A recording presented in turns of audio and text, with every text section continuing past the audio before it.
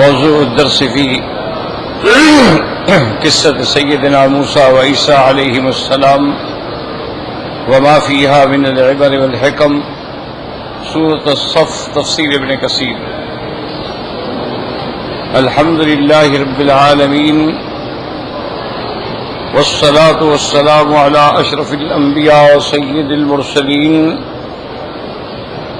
سیدنا محمد وعلى آلہ واصحابہ اجمعین۔ اللهم صل على سيدنا محمد وعلى آل سيدنا محمد كما صليت على إبراهيم وعلى آل إبراهيم في العالمين إنك حميد مجيد۔ أعوذ بالله من الشيطان الرجيم، بسم الله الرحمن الرحيم۔ وَإِذْ قَالَ مُوسَى لِقَوْمِهِ يَا قَوْمِ لِمَ تُؤْذُونَنِي وَقَدْ تَعْلَمُونَ أَنِّي رَسُولُ اللَّهِ إِلَيْكُمْ فَلَمَّا زَاغُوا أَزَاغَ اللَّهُ قُلُوبَهُمْ وَاللَّهُ لَا يَهْدِي الْقَوْمَ الْفَاسِقِينَ۔ وَإِذْ قَالَ عِيسَى ابْنُ مَرْيَمَ يَا بَنِي إِسْرَائِيلَ إِنِّي رَسُولُ اللَّهِ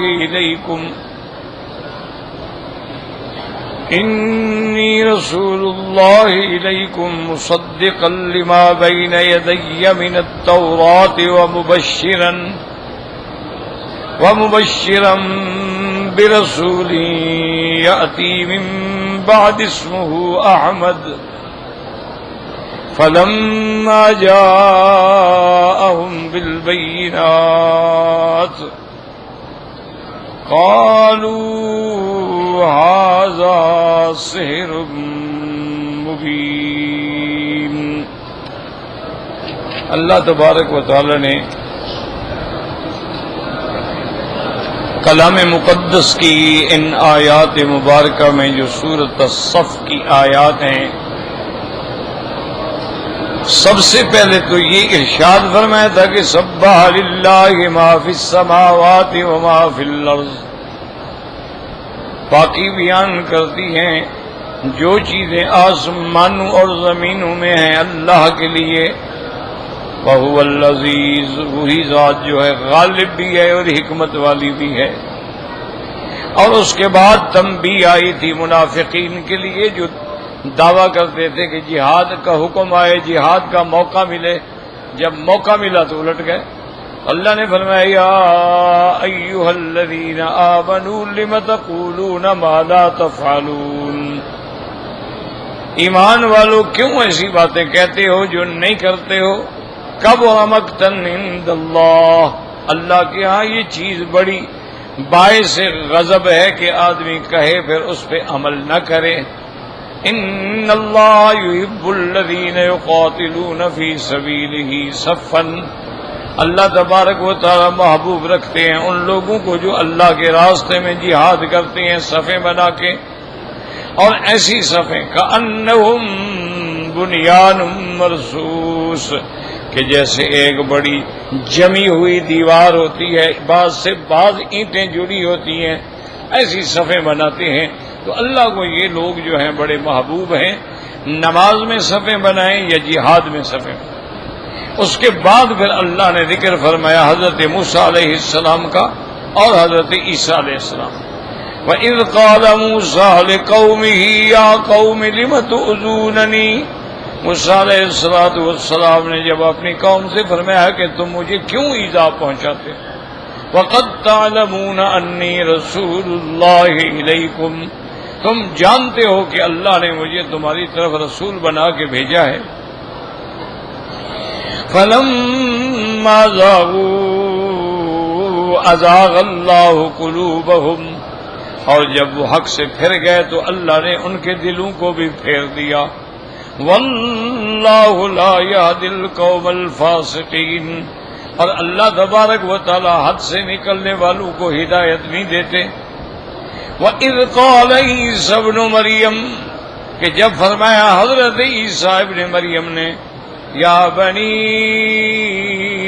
اسرائیل، اے بنو اسرائیل، انی رسول اللہ علیکم، میں تمہارے پاس رسول بنا کے بھیجا گیا، مصدقا لما بین یدی من التورات، تصدیق کرنے والا جو مجھ سے پہلے کتاب اتری تورات، ومبشرا برسول یاتی من بعد اسمہ احمد، اور خوشخبری دینے والا ایسے پیغمبر کی جو میرے بعد ہوگا جس کا نام احمد ہوگا۔ فلما جاءہم بالبینات، جب آپ آئے ان کے پاس نشانیاں لے کر، قالوا ھذا سحر مبین، کہنے لگے یہ تو کھلا جادو ہے۔ تو اب ان آیات میں سمجھیں کہ ان آیات میں حضور صلی اللہ علیہ وسلم کے لیے تسلی ہے کہ میرے محبوب آپ غم نہ کریں۔ آج اگر قریش آپ کی تکذیب کر رہے ہیں تو پہلے بھی جو پیغمبر گزرے ہیں ان کی بھی تکذیب کی گئی، یہ آپ کو ستا رہے ہیں، پہلے پیغمبروں کو بھی ستایا گیا، اس لیے آپ غم نہ کریں، یہ سنت اللہ ہے اور آپ صبر کریں۔ تو ایک تو ہمیں یہ مسئلہ سمجھ آیا کہ پیغمبر کا انکار ہو، تکذیب ہو یا ایذا ہو، یہ سب حرام۔ ایک ہے کہ آدمی نبوت کا انکار کرتا ہے، جی میں نہیں مانتا، ایک ہے کہ ایذا بھی پہنچاتا۔ اب ایذا جو ہے وہ دو قسم سے ہوتا ہے، یا تو جسمانی ایذا ہے، جیسے حضور صلی اللہ علیہ وسلم پر طائف میں پتھر برسائے گئے، حضور صلی اللہ علیہ وسلم کو جنگ احد کے موقع پہ زخمی کیا گیا، آپ کے دندان مبارک شہید ہوئے، آپ کے رخسار مبارک میں کھود لگی، حضور صلی اللہ علیہ وسلم کے راستے میں کانٹے بچھائے گئے، یہ سب ایذا۔ اسی طرح انہوں نے موسیٰ علیہ السلام کو بھی انواع من الایذا، ہر قسم کا ایذا پہنچا، آپ پر عیب بھی لگائے، آپ کو جادوگر بھی کہا گیا، آپ کو نعوذ باللہ ایک حقیر انسان بھی کہا گیا، اور پھر حضرت موسیٰ علیہ السلام جو بھی فرماتے رہے انکار ہوتا، جہاد کرو نہیں کرتے، اللہ کے راستے میں قربانی دو نہیں دیتے، یہ سب ایذا۔ تو ایذا پہنچانا حرام۔ اور دوسرا مسئلہ یہ آیا کہ فلما زاغوا، اللہ فرماتے ہیں کہ جب وہ پھر گئے تو ہم نے بھی ان کے دلوں کو پھیر دیا۔ تو اس کا معنی یہ ہوتا ہے کہ اگر کوئی آدمی ہدایت نہیں چاہتا ہے تو پھر اللہ بھی اس کے دلوں کو پھیر دے۔ ہدایت طلب کرو گے، محنت کرو گے تو ہدایت ملے گی۔ اب اگر پیغمبر ہدایت دے رہے ہیں، تورات پڑھ رہے ہیں، دعوت دے رہے ہیں، لیکن اعراض ہے، تو پھر ایسے لوگوں کے دلوں کو بھی اللہ پھیر دے۔ اور جیسے کہ فرمایا کہ ختم اللہ علی قلوبہم، پھر اللہ ان کے دلوں پہ مہر کر دیتے ہیں کہ کوئی خیر کی بات داخل ہی نہیں ہو سکتی، ان کے کانوں پر بھی مہر کر دیتے ہیں کہ کوئی اچھی بات وہ سنتے ہی نہیں، ان کی آنکھوں پر بھی مہر کر دیتے ہیں کہ وہ سیدھا راستہ دیکھتے ہی نہیں۔ تو اس لیے فرمایا کہ فلما زاغوا ازاغ اللہ قلوبہم، اور آگے فرماتے ہیں واللہ لا یہدی القوم الفاسقین، اللہ فاسقین کو ہدایت نہیں دیتے، تو ہدایت بھی آخر کس کو دیتے ہیں؟ اگر پہلے آدمی ہدایت پہ ہو تو اس کو ہدایت دینے کا کیا مطلب؟ ہدایت تو آتی اسی لیے ہے نا کہ جو بگڑے ہوئے ہیں ان کو ہدایت دی جائے۔ فاسقین کہتے ہیں حد سے نکل جانے والے، اللہ کے احکام کو توڑنے والے. اسی لیے جو آدمی گناہ کبیرہ کرتا ہے اس کو کہتے ہیں فاسق ہے. وجہ کیا ہے کہ اس نے اللہ کی حدوں کو توڑ دیا. اسی لیے چوہا جو ہے نا اس کو عربی میں کہتے ہیں فویسقہ. یہ بھی ادھر سے نکل جائے گا، ادھر سے نکل جائے گا، ادھر سے نکل جائے گا، یعنی اپنے نکلنے کے لیے کئی راستے بناتا ہے. تو فاسق کہتے ہیں اللہ کے حدود کو توڑ کے نکلنے والا. تو جب وہ اللہ کی حدود کو توڑ رہے ہیں، توڑنا چاہتے ہیں، وہ ہدایت چاہتے نہیں، اللہ پھر ان کو بھی ہدایت دے. یہ قاعدہ ہے، ہدایت مانگنے والے کو ملتی ہے، ہدایت طلب کرنے والے کو ملتی ہے، ہدایت جستجو کرنے والے کو ملتی ہے. لیکن جو آدمی اللہ کے قوانین کو توڑتا ہو پھر اللہ اس کو ہدایت نہیں دے. ایک بات. اب مسئلہ آیا سیدنا عیسیٰ ابن مریم. ایک مسئلہ تو یہ سمجھیں کہ اللہ نے جتنے پیغمبر بھیجے ہیں سب پر ہمارا ایمان ہے، اور اللہ نے تمام پیغمبروں سے یہ عہد لیا کہ میرے مدنی پاک محمد مصطفیٰ لتؤمنن بہ ولتنصرنہ، یعنی آپ ان کی رسالت پر ایمان بھی لائیں اور اس کی مدد بھی کریں. مدد کا کیا معنی ہوتا ہے کہ اگر اس زمانے میں ہوں تو آپ مدد کریں، اس زمانے میں نہ ہوں تو آپ اپنی قوم کو آنے والے پیغمبر کے بارے میں بتائیں کہ ایک ایسا نبی پیدا ہوگا جس کی یہ صفات ہوں گی. تو اللہ نے تمام پیغمبروں سے یہ عہد لیا. وَإِذْ أَخَذَ اللَّهُ مِيثَاقَ النَّبِيِّينَ، تمام انبیاء سے اللہ نے عہد. اور اسی طرح یہ بات بھی یاد رکھیں کہ ہر کتاب میں میرے محبوب دو عالم صلی اللہ علیہ وسلم کے بارے میں ہر کتاب جو اللہ نے اتاری اس میں خبر موجود کہ ایک نبی آئیں گے، ایک نبی آئیں گے جن کا نام احمد ہوگا صلی اللہ علیہ وسلم. تو ہر کتاب میں تھی. زیادہ تفاصیل جو ہیں وہ تورات میں ہیں، اور پھر زیادہ تفاصیل جو ہیں وہ عیسیٰ علیہ السلام کے بیانات میں ہیں، کیونکہ ان کا زمانہ حضور کے قریب ہے. ایک بات. دوسری بات یہ سمجھیں کہ اللہ تو جانتے تھے نا کہ یہودی بھی رہیں گے اور نصارہ بھی رہیں گے قیامت تک. تو اس لیے اللہ نے ان پیغمبروں کے واقعات کو بڑی تفصیل سے بیان کیا. اللہ کے علم میں ہے کہ یہودی، اب دیکھو 1400 سال گزر گئے یہودی بیٹھے. بلکہ یوں سمجھیں کہ آج کل تو پورے عالم پر وہ مسلط ہے.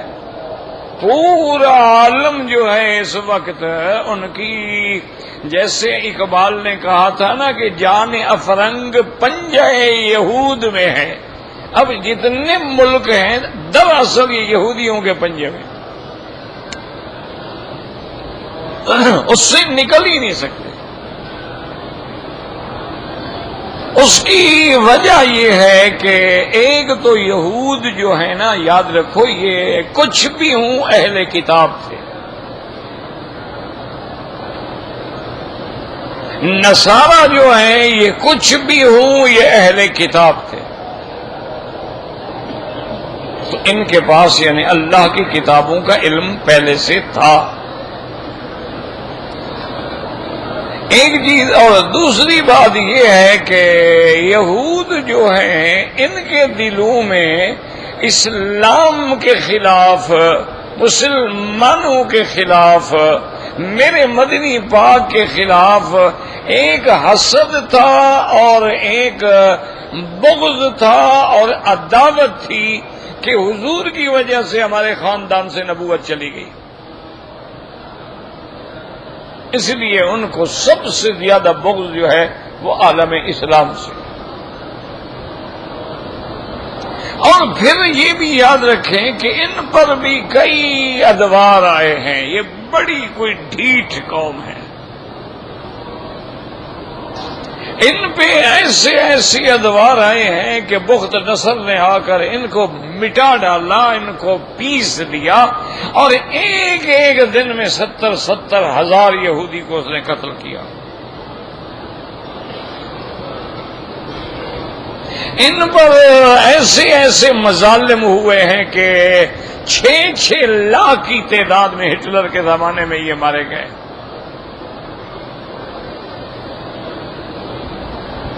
پھر اللہ نے ان کو موقع دیا کہ سنبھل جائیں، پھر بگڑ گئے، پھر عذاب آ گیا.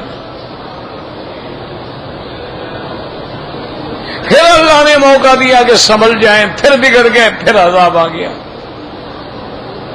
تو یہ کوئی بڑی مکار، عیار اور مبغوض قوم ہے جن پہ اللہ کی لعنت ہے. اب انہوں نے بڑی سوچ سمجھ کر یہ فیصلہ کیا کہ بھئی ہم ایک تو تھوڑے ہیں، تو ہم مسلمانوں کا کیسے مقابلہ کر سکتے ہیں؟ مسلمان تو دنیا میں 1 ارب 36 کروڑ ہے اور ہم تو 2 کروڑ بھی نہیں بنتے. تو انہوں نے اس کو باقاعدہ پلاننگ کی. ہماری طرح نہیں ہے، ہم تو ماشاءاللہ مسلمان ہیں تو اللہ کا دین حق ہے، چل رہا ہے، ورنہ ہم نے تو دین کے لیے کچھ بھی نہیں کیا ہے. یہ تو اللہ کا دین ہے، قائم رہے گا انشاءاللہ. ہم رہیں نہ رہیں دین تو رہے گا، اسلام رہے گا، قرآن رہے گا. لیکن ہم نے تو کچھ نہیں کیا نا. انہوں نے باقاعدہ محنت کی ہے کہ اسلام کو نقصان پہنچانے کے 2 طریقے ہیں. ایک تو ان کو مذہبی طور پہ نقصان فرقہ واریت سے پہنچاؤ، تو یہ مسلمانوں میں داخل ہو گئے اور اس کے بعد پھر انہوں نے فرقے بنائے. کہیں خوارجی ہیں، کہیں شیعہ ہے، کہیں رافضی ہے، کہیں معتزلہ ہیں، کہیں قدریہ ہیں، کہیں جبریہ ہیں، کہیں مشبہ ہیں، کہیں کرامیہ. اتنے فرقے بنا دیے کہ مسلمانوں میں ہمیشہ لڑائی رہے. اور یہ سارے فرقے بنانے والے جو 72 فرقہ ہے نا جہنمی، جن کے بارے میں حضور نے فرمایا کہ میری امت 73 فرقے بٹے گی، 1 جنتی ہوگا، 72 جہنمی ہوں گے. وہ 72 کے 72 جو ہیں ان کے پیچھے یہودی ہے.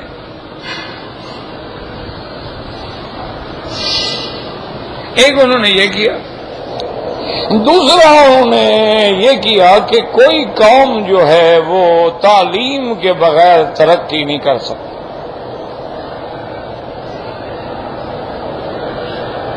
انہوں نے اپنا سارا زور جو ہے نا جی وہ تعلیم حاصل کرنے پہ دیا کہ ہمارا ہر آدمی، ہر بچہ، ہر بچی جو ہے پڑھی لکھی ہو. آج دنیا میں جو سب سے چوٹی کی یونیورسٹی ہیں وہ یہودیوں کی.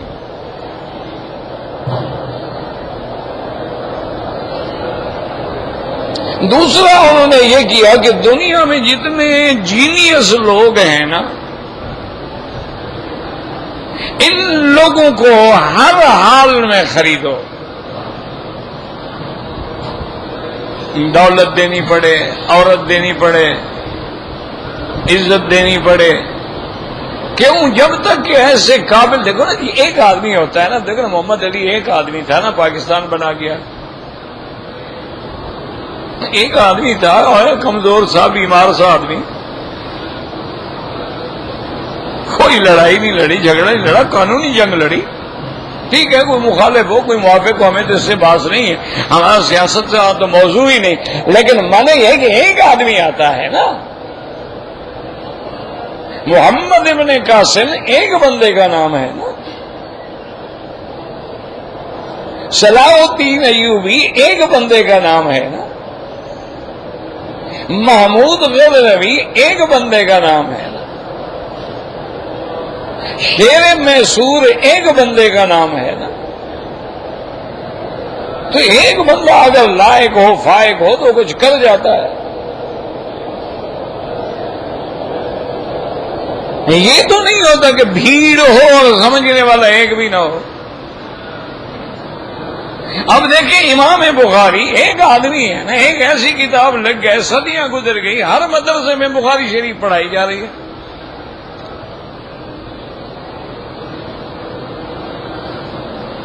مفسر ابن کثیر جو ہم پڑھ رہے ہیں یہ شافعی المسلک ہے، یعنی امام شافعی کا ماننے والا ہے، لیکن ہر مدرسے میں حنفیوں کا اور حنبلیوں کا اور شافعیوں کی ابن کثیر پڑھائی جائے گی۔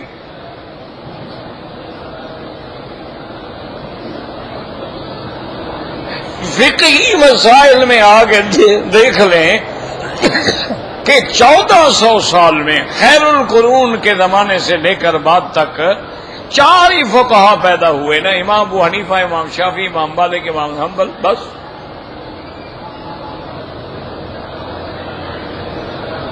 ساری دنیا کو ماشاءاللہ وہ نظام اسلام دے گئے۔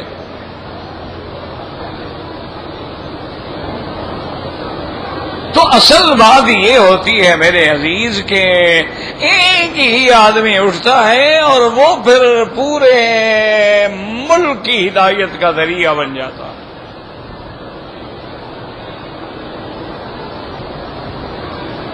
ایک لیکن آدمی ہو نا جس کا عقل ہو، فہم ہو، ذکا ہو،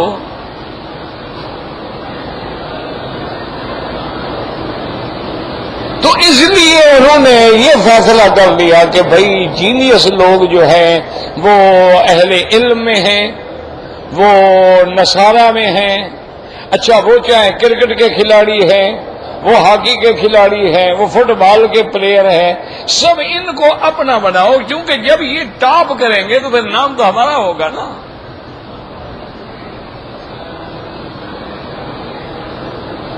اور تیسرا جو اصل کام کیا انہوں نے کہا کہ بھائی پوری دنیا کی زندگی جو ہے نا اب وہ اقتصادیات سے، اب دیکھیں نا جی، آپ ماشاءاللہ آپ کے پاس بڑا علم ہو، آپ ماشاءاللہ قرآن حدیث کا درس دیتے ہوں، گھر میں روٹی نہ ہو تو پھر کیا کریں گے آپ بڑے عالم ہیں، گھر میں نہیں ہو کہیں روٹی تو لے آؤ، بچے بھوکے بیٹھے ہوئے ہیں، تمہاری کتابیں تو بچے نہیں کھائیں گے نا، ان کے لیے کچھ روٹی تو لاؤ نا۔ سب سے بڑا مسئلہ جو ہے نا جی وہ اقتصادیات کا۔ ان بدبختوں نے ایسا طریقہ اختیار کیا کہ پوری دنیا کا نظام چلے گا سونے چاندی پہ، کیونکہ اللہ نے انہی کو کنز قرار دیا ہے، والذین یکنزون الذھب والفضة، ان 2 چیزوں کو اللہ نے کنز فرمایا ہے۔ یہودی ہیں، وہ قرآن پڑھتے ہیں، قرآن سمجھتے ہیں، ہم قرآن پڑھتے ہیں اور طویل لکھتے ہیں ماشاءاللہ۔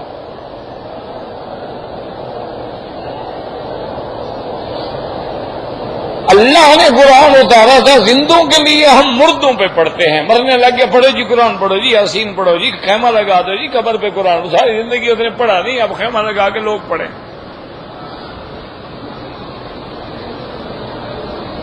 انہوں نے قرآن سے سیکھا کہ قرآن کہتا ہے کہ پرندے آئے تھے اور ان کے پنجوں میں چھوٹے چھوٹے پتھر تھے اور انہوں نے ایسے پتھر اوپر سے پھینکا، وہ جناب فیل باندھ کے سر پہ آیا، اس کے اندر سے نکلا، ہاتھی کے اندر سے نکلا، چورا چورا کر کے رکھ دیا۔ انہوں نے کہا ہاں اس کا مطلب ہے کہ کوئی ذرہ ہے ایسا، وہ ایٹم تک پہنچے۔ اب وہ کیا ہے، وہی ذرہ ہی تو ہے نا، ایک گراؤ تو 80 لاکھ آدمی ختم۔ وہ اس وقت تو ٹوٹا پھوٹا سا ابتدائی ایٹم تھا نا، آج کل کے جو ایٹم ہے یہ تو ارب بندے ختم ہو جائیں گے، یہ وہ نہیں ہے، وہ تو صرف کھلونا تھا ان کے مقابلے پہ۔ انہوں نے سوچا، قرآن کو سوچا، انہوں نے کہا کہ ذرہ قابل تقسیم ہے یا قابل تقسیم نہیں؟ انہوں نے کہا قرآن کہتا ہے کہ اگر کوئی چیز یعنی ذرہ ہے اور کہیں چھپا ہوا ہے، ولا اصغر من ذالک ولا اکبر، تو مانا ہے کہ ذرہ تقسیم ہو سکتا ہے، بڑا بھی چھوٹا ہو سکتا ہے۔ انہوں نے ذرے کو تقسیم کیا، ایٹم بنا لیا۔ انہوں نے کہا قرآن پاک کہہ رہا ہے کہ یخرج منہم اللؤلؤ والمرجان، ہاں لؤلؤ مرجان کو قابو کرو۔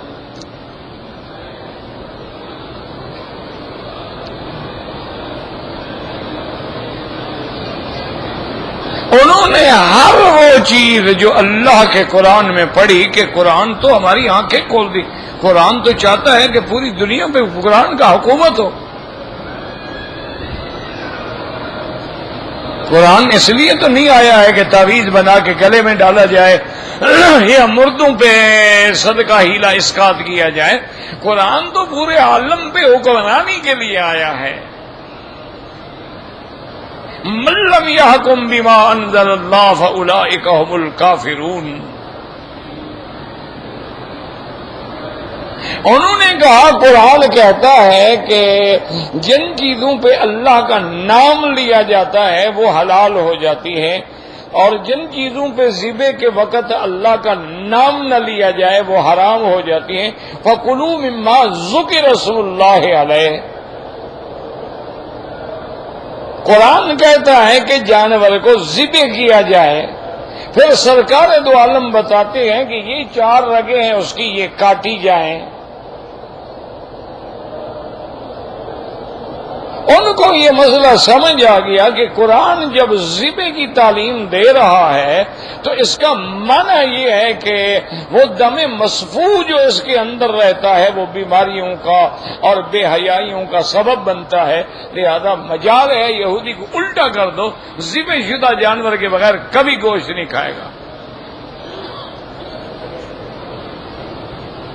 مسلمان تو جا کے ہوٹلوں میں ہر الا بلا کھا جاتے ہیں نا، پتہ ہی نہیں کرتے.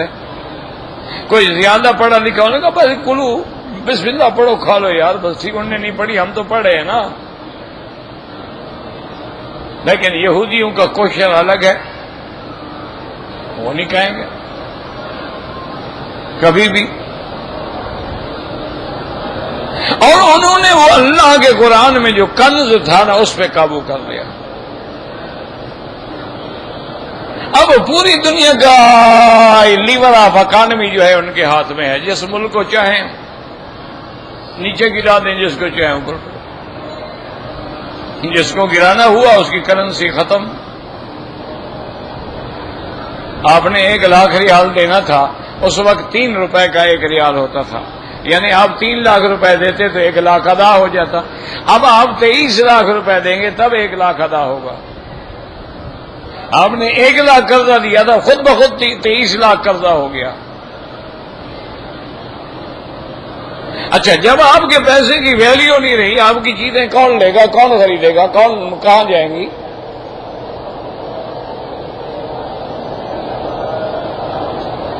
وہ ایسا شاطر دماغ ہے نا جی، بیٹھے بیٹھے جس کرنسی کو چاہے اوپر لے جائے، جس کو چاہے نیچے لے جائے.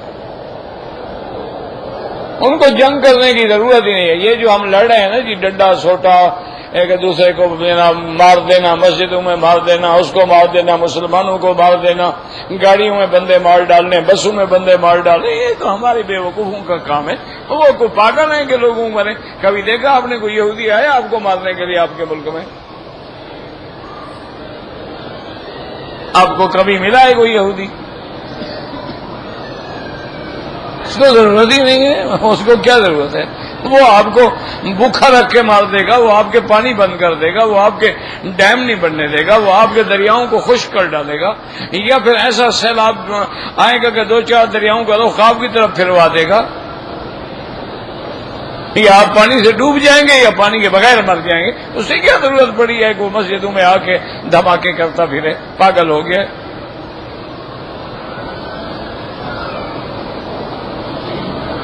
کہہ تو آپ دیتے ہیں نا جی، باہر باہر. آج تک ایک یہودی مجھے دکھاؤ، ایک نصرانی مجھے دکھاؤ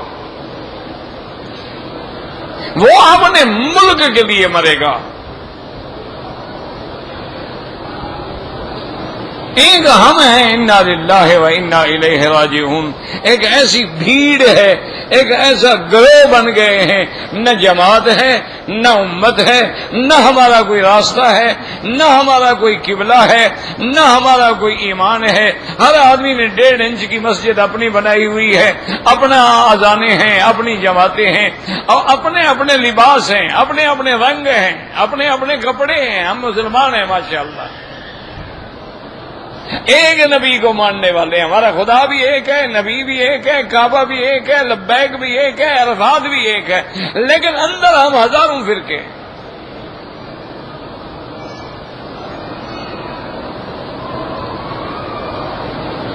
اس لیے اللہ تبارک و تعالی نے موسیٰ علیہ السلام اور عیسیٰ علیہ السلام کا ذکر بڑی تفصیل سے کیا ہے کہ آنے والے دور میں میرے محبوب کے دور میں یہودی بھی ہوگا، نصرانی بھی ہوگا، اہل کتاب ہے، ان سے مکالمات بھی ہوں گے، ان سے مناظرے بھی ہوں گے، ان کے ساتھ باتیں بھی ہوں گی۔ تو اتنا مواد اللہ نے قرآن میں دے دیا ہے کہ کوئی بڑے سے بڑا کوئی جاہل ہو ورنہ اس کو ماننا پڑتا ہے کہ محمد مصطفیٰ سچا نبی ہے صلی اللہ علیہ وسلم۔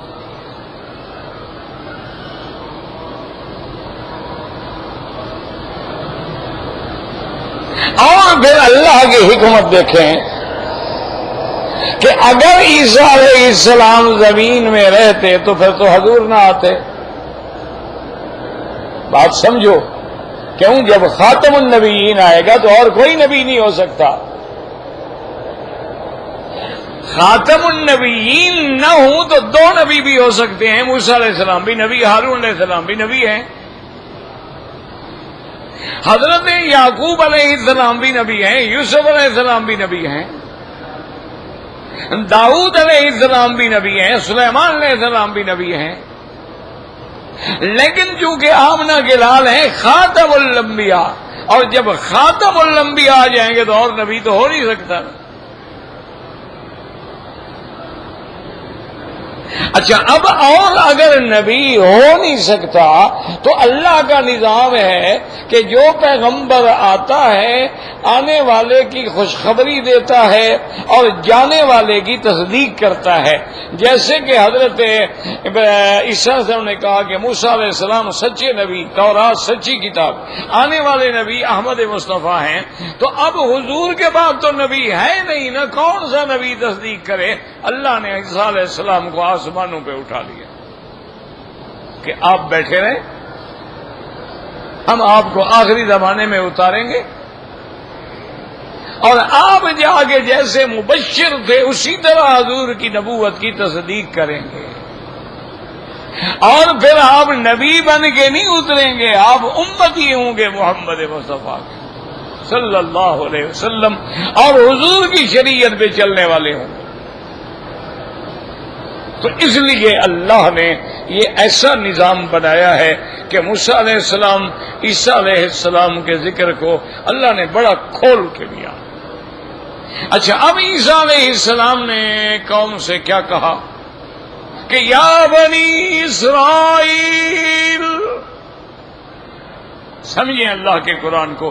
موسیٰ علیہ السلام اذ قال موسیٰ لقومہ، اپنی قوم سے کہا، اور عیسیٰ علیہ السلام کس کو کہہ رہے ہیں؟ یا بنی اسرائیل، یا بنی اسرائیل۔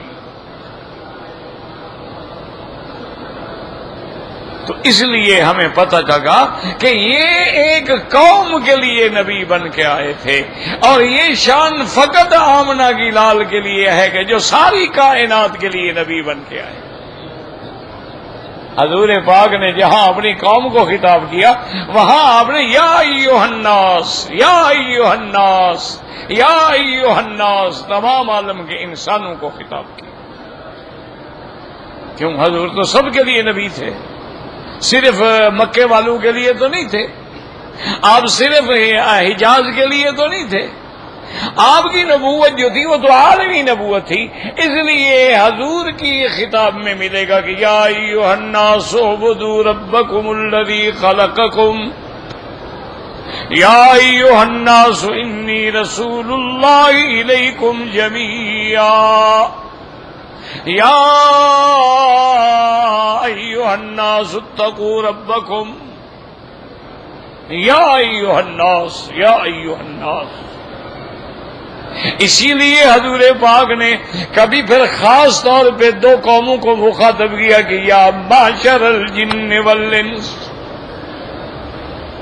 ان استطعتم ان تنفذوا من اقطار السماوات والارض فانفذوا لا تنفذون من سلطان الا بسلطان۔ تو اللہ کے نبی نے اب انسانوں کو اور جنوں دونوں کو مخاطب کیا۔ اللہ کے پیغمبر نے فرمایا لا فضل لعربی علی عجمی، کوئی عربی اجمی پہ افضل نہیں، کوئی گورا کالے پہ افضل نہیں، مگر تقوی، سب کے لیے خطاب فرمایا. تو اس لیے اللہ تبارک و تعالی نے عیسیٰ علیہ السلام کو بھیجا، مبعوث فرمایا، رسول بنایا، معجزات دیے اور مبشر بنایا محمد مصطفیٰ کا. اچھا، اور آپ نے یاد رکھو جو بشارت دی اس میں نام جو لیا قرآن کہتا ہے مبشرم برسول یاتی من بعدی اسمہ احمد. تو یاد رکھیں کہ حضور کا نام آسمانوں میں احمد ہے اور زمینوں میں آپ کا نام محمد ہے صلی اللہ علیہ وسلم. آپ کا نام پیدائش سے پہلے احمد ہے اور پیدائش کے بعد محمد ہے، یاد رکھیں. اچھا، اور اسی لیے حضور نے فرمایا، صحیح حدیث میں ہے کہ انا احمد و انا محمد. احمد بھی میرا نام ہے، محمد بھی میرا نام ہے. وانا الماہی، ماہی بھی میرا نام ہے. الذی یمحو اللہ بہ الکفر، جس کے ذریعے اللہ کفر کو مٹائیں گے. وانا الحاشر، اور حاشر بھی میرا نام ہے. یحشر الناس علی قدمی، ساری مخلوق جو ہے میرے قدم پہ، میرے پرچم کے نیچے کھڑی ہوگی. وَأَنَا الْعَاقِبُ، عاقب بھی میرا نام ہے کہ الذی لیس بعدہ نبی. تو یہ دونوں حضور پاک کے نام ہیں. احمد یعنی سب سے زیادہ حمد کرنے والا، اور محمد سب سے زیادہ جس کی حمد و ثنا کی گئی ہو. مانا سمجھ رہے ہیں، احمد مانا اللہ کی سب سے زیادہ حمد کرنے والا. حمد کرے گا تو محمد بنے گا نا. بات سمجھے، پہلے آپ حمد کریں گے نا، اللہ کا حمد کریں گے تو اللہ پھر آپ کو محمد بنائیں گے. تو آپ سب سے زیادہ حمد کرنے والے ہیں، اور پھر سب سے زیادہ جس کی حمد کی گئی، مدح و ثنا کی گئی، وہ بھی حضور کی ذات ہے کہ جس کی ثنا انسانوں نے، جنوں نے، فرشتوں نے فقط نہیں کی بلکہ اللہ نے خود فرمائی. تو اس لیے یہ دونوں نام جو ہیں حضور صلی اللہ علیہ وسلم کے ہیں. اور اس کے بعد عیسیٰ علیہ السلام کے بارے میں اللہ فرماتے ہیں کہ جب عیسیٰ علیہ السلام آ گئے اور بشارت بھی دے دی تو فلما جاءہم بالبینات، جب معجزات کے ساتھ آئے. اللہ نے عیسیٰ علیہ السلام کو بڑے معجزے دیے تھے، مردہ کو کہتے تو زندہ ہو جاتا تھا، اور اللہ تبارک و تعالی نے آپ کے ہاتھ میں ایسی شفا دی تھی کہ مادرزاد اندھوں کے آنکھوں پہ ہاتھ رکھتے تھے تو آنکھیں آ جاتی تھیں، اور اگر برس اور کوڑ والے کو ہاتھ پھیر دیتے تھے شفا ہو جاتی تھی. یہ سارے معجزات دیے، لیکن قوم نے کہا کہ جناب ہم نہیں مانتے کہ معجزات یہ تو جادو ہے. یہ پرانی، یاد رکھو، پرانی مرض ہے کافروں کی.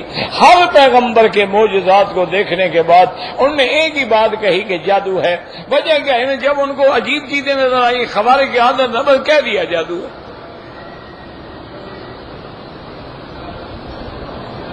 بھئی جادو ہے تو تمہارے پاس تو 70,000 سے زیادہ جادوگر تھے فرعون کے، تم بھی پھر جادو کے ساتھ مقابلہ کرو.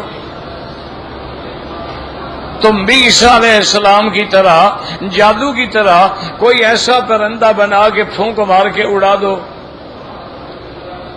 تم بھی عیسیٰ علیہ السلام کی طرح ہاتھ لگا کے کوڑ اور برس کی بیماریوں کو ختم کر دو.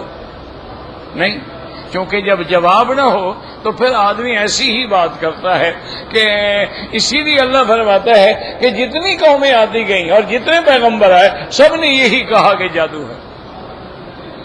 كذلك ما أتى الذين من قبلهم من رسول إلا قالوا ساحر أو مجنون.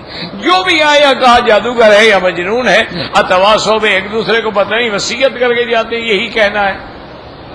اصل بات یہ نہیں، بل ہم قوم طاغون، اصل بات یہ ہے کہ یہ قومیں جو ہیں حد سے نکلنے والی ہیں. تو ان آیات میں اللہ نے رسالت عیسیٰ علیہ السلام اور ان کی بشارت محمد مصطفیٰ علیہ الصلاۃ والتسلیم، یعنی اتنی واضح بشارتیں تھیں کہ جس نے بھی تورات پڑھی، انجیل پڑھی، علامات نبوت جو ہیں ایسے ہوں جیسے چاند چمکتا ہے چمک رہی تھی، اتنی وضاحت سے لکھا ہوا تھا کہ ایک پیغمبر ہوگا، مولدہ بمکہ تھا، مکے میں پیدا ہوگا، طیبہ میں ہجرت کرے گا، اور اس کے مابین کتفے جو ہے نبوت کی ایک مہر علامت ہوگی، اور ہدیہ قبول فرمائے گا، صدقے کا مال کبھی نہیں کھائے گا، اور اس کی امت جو ہے وہ بھی حمادون ہوں گی، ہر حال میں حمد کرنے والے، اوقات کا خیال کرنے والے، نمازیں پڑھنے والے، راتیں مصلوں پہ گزارنے والے، عاجزی کرنے والے، مومن کے لیے نرم ہوں گے، کافروں کے لیے سخت ہوں گے۔ یہ تمام علامات موجود تھیں، لیکن جن کے مقدر میں تھا وہ ہدایت پہ آ گئے، اور جن کے مقدر میں نہیں تھا وہ آج بھی گمراہ ہیں۔ اللہ پاک رحمت فرمائے۔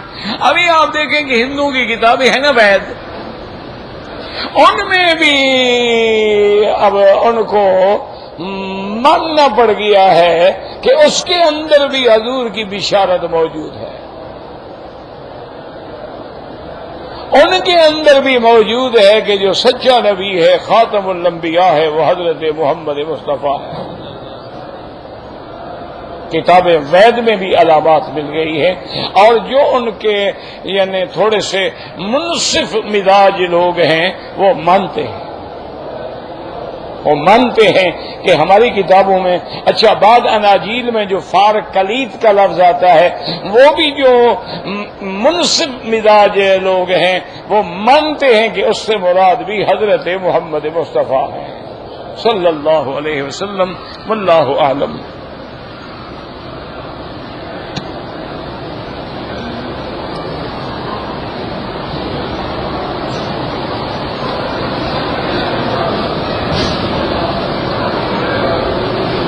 بھئی اگر دو یا تین طواف اکٹھے کر کے بعد میں دو رکعت ادا کر دی جائیں تو جائز ہے، لیکن افضل یہ ہے کہ ہر طواف کے بعد 2 رکعت پڑھیں۔ ہاں اگر کوئی طواف آپ نے عصر کے بعد کیا ہے نہ کریں، 2 کر لیں، 3 کر لیں، مغرب کے بعد نماز پڑھ لیں، لیکن اگر مکروہ اوقات نہیں ہے تو پھر افضل یہی ہوتا ہے کہ ایک طواف کریں، 2 رکعت پڑھیں، دعا مانگیں، اور پھر آگے دوسرے طواف کی ابتدا کریں۔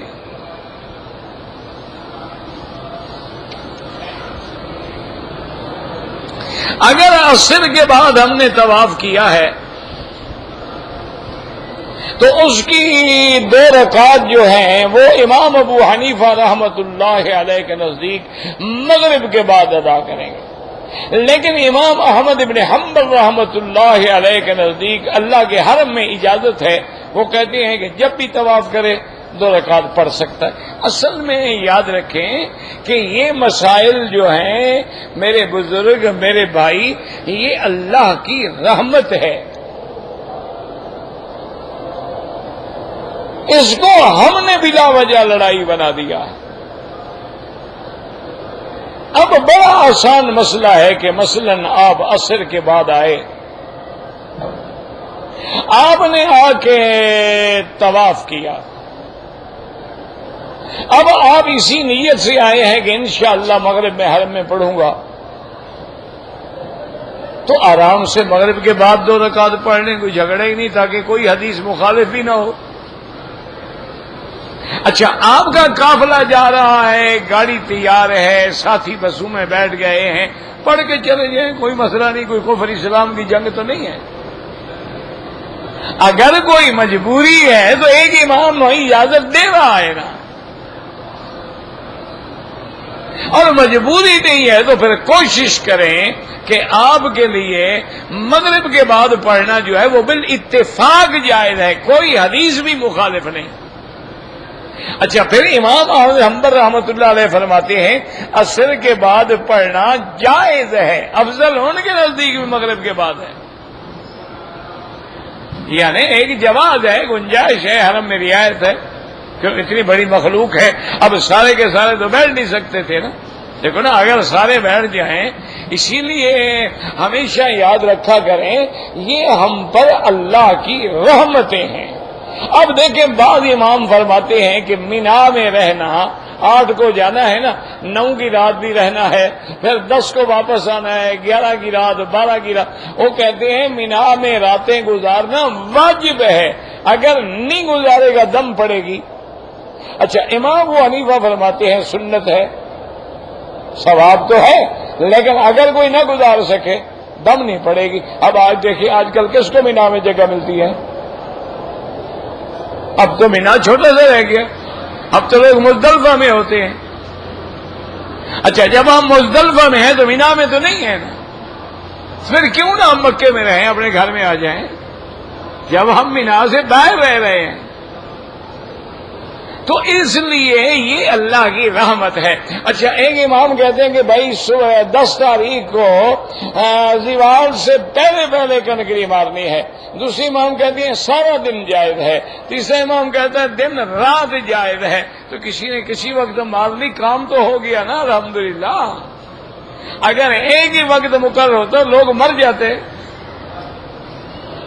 تو سارے لوگ مر گئے. تو اللہ حکومت کو جزائے خیر دے، اتنا بڑی پلیں بنا دی ہیں ماشاءاللہ کہ جتنا انشاءاللہ جی بڑھتے چلے جائیں ایک اور منزل چڑھا لیں گے اور کیا ہو جائے گا، یہی ہو جائے گا، ایک فلور اوپر اور چلے جائیں گے. اچھا، انہوں نے ٹرن ایسے رکھے ہیں کہ آدمی چلتے چلتے ٹانگیں جواب دے جاتی ہیں. دھکا کیا دے گا؟ دھکا کسی کو کیا دے گا؟ سانس ہوگی تو دھکا دے گا نا. وہ تو جناب جا رہے ہیں اور جا رہے ہیں اور جا رہے ہیں، شیطان تک پہنچتے پہنچتے ماشاءاللہ آدھی انرجی تو ختم ہو جاتی ہے. تو یہ اللہ کی حکمتیں ہیں، ان کو لڑائی خدا کے لیے نہ بناؤ.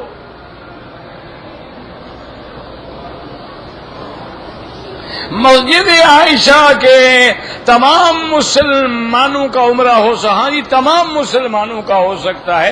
اللہ کے بندے، جب حکم نبی ہو، پتہ نہیں بی بی عائشہ کے نام سے کیا چڑ ہو گئی ہے. بی بی عائشہ نے یہ عمرہ خود کیا ہے یا حضور نے حکم دیا ہے؟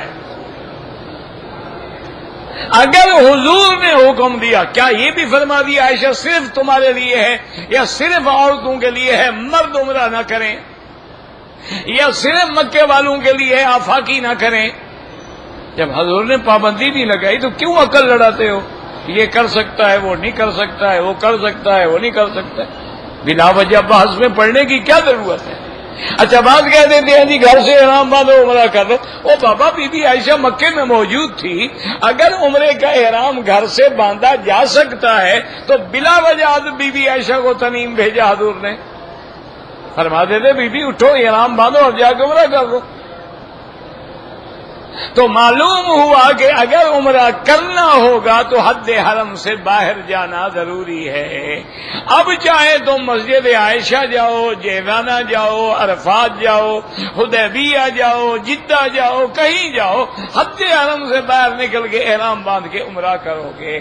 جب عمرے کے لیے حضور کا حکم موجود ہے، اس میں پھر کوئی قید نہیں کہ یہ کر سکتا ہے اور یہ نہیں کر سکتا اور یہ کر سکتا ہے اور یہ نہیں کر سکتا ہے.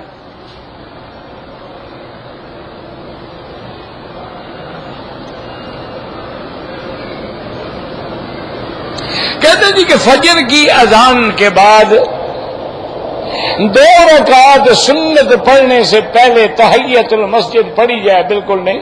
فجر کی اذان کے بعد حضور صرف 2 رکعت پڑھتے تھے اور وہ سنت الفجر ہوتی تھی.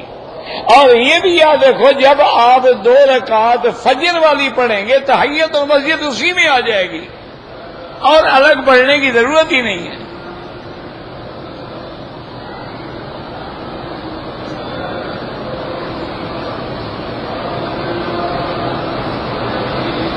میرا 7واں چکر ابھی پورا نہیں ہوا تھا، مغرب کی نماز کھڑی ہو گئی، میں نے نماز پڑھی، جنازہ پڑھا، پھر چکر پورا کیا. ٹھیک ہے، کوئی بات نہیں.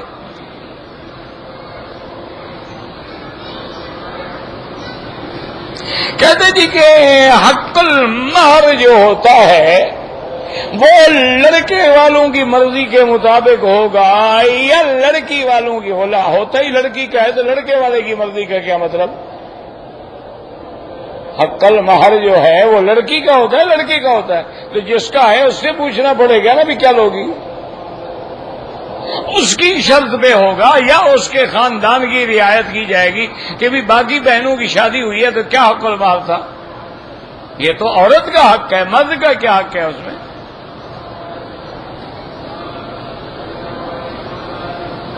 کہتے ہیں جی کہ بیوی کے لیے میک اپ کا سامان خرید سکتے ہیں، اگر وہ میک اپ تمہارے لیے کرے تو خرید سکتے ہو، اور لوگوں کے لیے کرے تو بالکل نہیں خرید سکتے ہو۔ اور موتیوں والا جو پردے آج کل برقعے بنے ہوئے ہیں، اس کے اوپر پھر اس کو اور برقع پہننا پڑے گا۔ برقع چھپانے کے لیے ہوتا ہے کہ زینت دکھانے کے لیے ہوتا ہے؟ یہ برقع تھوڑا ہے، یہ تو گاؤن ہے فیشنیبل۔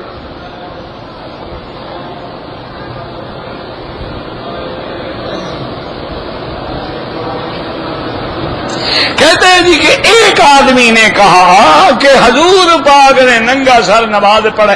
ایک آدمی نے، کون وہ آدمی ہے جناب؟ کہاں سے اس نے کہا؟ خود دیکھا تھا؟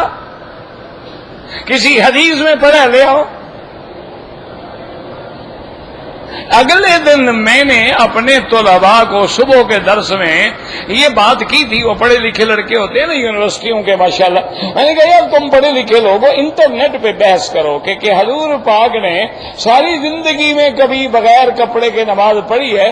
تو دوسرے دن ان کا ایک آیا، اس نے کہا جی ہم نے بحث کی ہے، ساری زندگی حضور نے نہیں پڑھی بغیر کپڑے کے۔ انہوں نے کہا باقاعدہ وضاحت موجود ہے کہ صرف احرام کی حالت میں حضور نے سر پہ کپڑا اتارا ہے۔ اب یہ کہنا ایک آدمی تو جناب کل خانیاں بھی کرتا ہے، ایک آدمی تو جناب عرس شریف بھی کرتا ہے، ایک آدمی جناب قوالیاں بھی کرتا ہے، وہ دین ہو گیا؟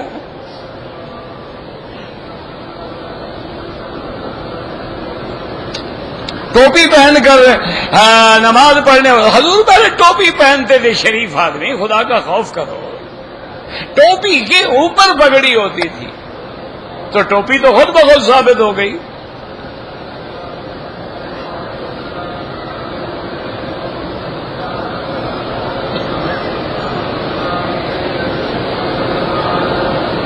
میں تبلیغ کے لیے جانا چاہتا ہوں، میری والدہ اجازت نہیں تو والدہ کو راضی رکھے، والدہ کی اجازت سے جائیں، اور جتنے دن کی والدہ اجازت دے اتنے دن جائیں، زیادہ نہ لگائیں۔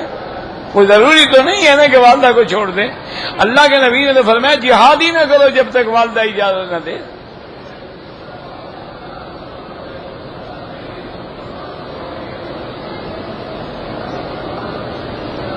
کہتے ہیں کہ پاکستان میں رہتے ہوئے میں اپنے جو رشتہ دار ہیں ان سے پردہ نہیں کر سکتا۔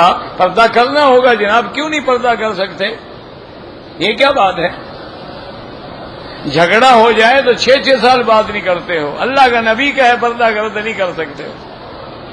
عجیب قوم ہے نا جی، بھائیوں کا جھگڑا ہو جائے، سگے بھائی، ایک ماں باپ کی اولاد 6 سال نہیں بولتے، گھر میں دیواریں کھینچ دیتے ہیں کہ نکلتے جاتے بھی نظر نہ پڑے ہماری، لیکن حضور نے فرمایا پردہ کرو تو نہیں ہو سکتا۔ کیوں نہیں ہو سکتا ہے؟ بالکل ہو سکتا ہے، ہاں جس گھر کے مرد بغیرت ہوں وہاں پردہ نہیں ہو سکتا۔ پردہ غیرت والے لوگوں کے لیے ہے نا۔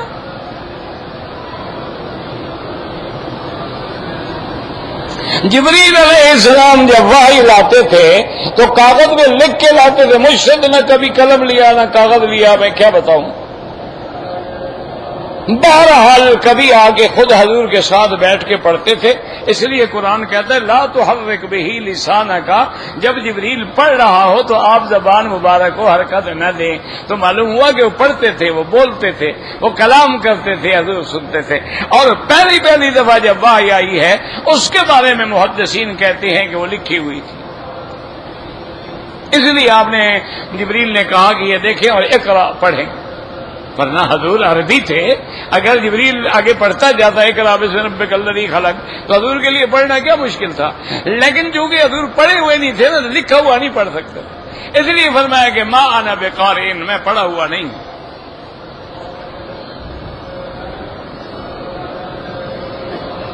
کہتے ہیں جی کہ بیوی سے ہم بستری کرنے کا کیا طریقہ کار ہے؟ تو جی اکیلے ملنا کبھی نہ، اب اتنے لوگوں میں کیسے سمجھاؤں؟ انا للہ و انا الیہ راجعون. کیا کریں، بس جو مرضی ہے بھائی. کعبہ شریف پہلے فرشتوں نے بنایا تھا.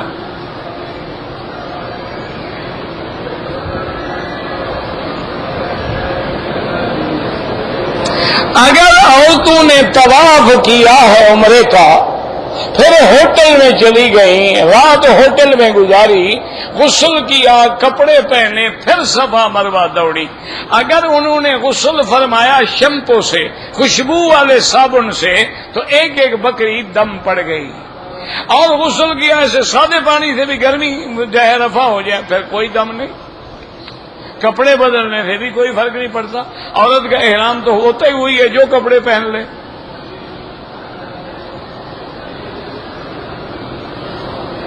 میں روزانہ مکے سے طائف جاتا ہوں. طائف میں ظہر کی نماز کے ساتھ عصر کی نماز بلا کر پڑھنا جائز ہے. امام ابو حنیفہ فرماتے ہیں جائز نہیں ہے، اپنے اپنے وقت میں پڑھیں. بعض ائمہ جو ہیں حنابلہ شوافی، ان کے نزدیک بھی سفر میں جائز ہے. تو اگر آپ جاتے ہیں پھر نماز کے وقت میں واپس آ جاتے ہیں، پھر جان چھڑانے کی کیا ضرورت ہے؟ اپنے اپنے وقت میں پڑھو. اور اگر سفر کی مجبوری ہے پڑھ لو.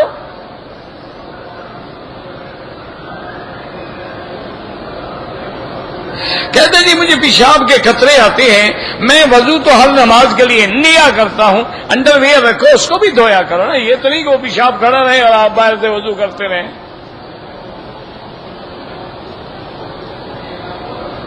12 دن مدینے میں نماز قصر ہوگی. اگر مسجد کے بعد حمامات جو ہیں ان کا رخ قبلے کی طرف بنا ہوا ہے، کیونکہ اگر بند ہے حمام تو اس میں رخ کا کوئی جھگڑا نہیں. میدان کے اندر قبلے کی طرف نہ رخ کریں نہ پشت کریں.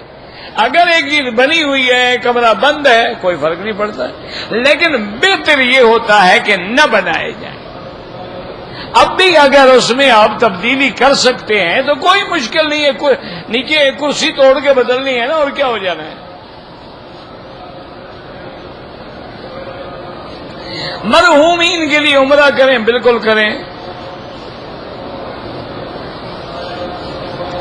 بعض علماء مدرسے پہ قبضہ کرنے کے لیے غنڈہ لوگوں کی مدد لیتے ہیں. بہرحال ناجائز قبضہ تو حرام ہے. ناجائز زمین پہ قبضہ کرنا بالکل حرام ہے. مسجد بنانا بھی حرام ہے، مدرسہ بنانا بھی حرام.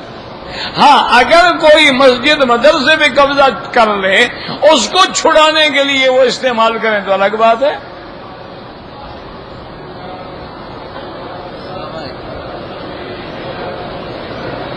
میں نے عمرہ کیا پاکستان سے، جب آیا تو میں نے سر پہ حلق کرایا. پھر میں مدینہ منورہ چلا گیا، وہاں سے عمرے کا احرام باندھ کے آیا تو سر پہ کینچی سے بال کاٹے. بال تھے کہاں جو آپ نے کینچی سے کاٹے؟ بھائی پہلے آپ نے اس طرح پھرایا، بال ختم ہو گئے. اب آپ کے 4-5 دن میں اتنے بال تو نہیں آ گئے تھے کہ کینچی سے کٹ جائیں. آپ کو پھر بھی اس طرح پھروانا تھا، نہیں پھروایا، دم پڑ گئی. زندہ رشتہ داروں کے لیے عمرہ نہیں، آپ ان کے لیے دعا کریں.